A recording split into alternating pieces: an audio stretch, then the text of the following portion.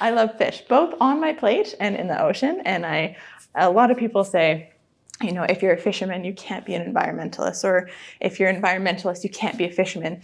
And I would just say that there's no other way. As a fisherman, I want to continue to work on the ocean, and I love fish. I respect the fish, and I think they can be harvested in a sustainable way.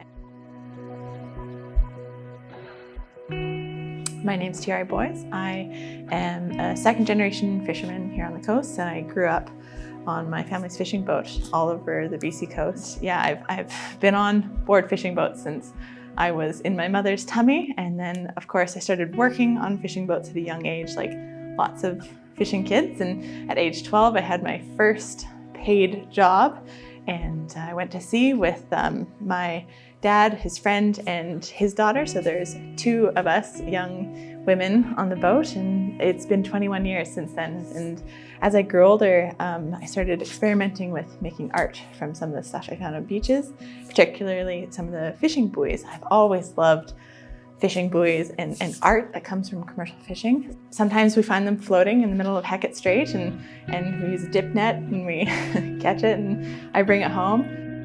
So I started painting on these buoys, and at first it was just presents for friends, and then people started ordering them from me, and it's actually become one of my part-time jobs, and it's been so much fun. I donate 10% of all my proceeds to local marine charities, and that who gets the money is dictated by what I'm painting on the buoys. Fishermen and people who make a living from harvesting resources, they have a very intimate connection with the environment around them. And in some cases, sort of have a perspective that people who are a bit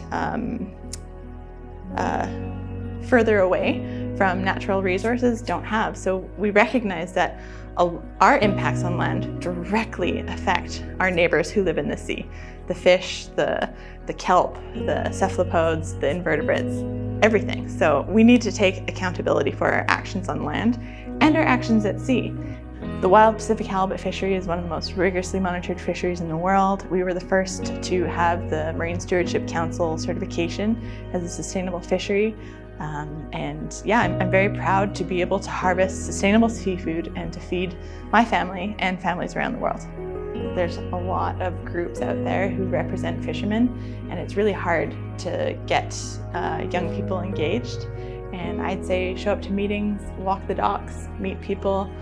It is difficult to get into it, but I think the more people you know, the more opportunities that will come. And I'm very proud of the fishery that I'm involved in, but we have a lot of work to do. We can always be better, and we should never stay still. We should always be moving towards a more sustainable future.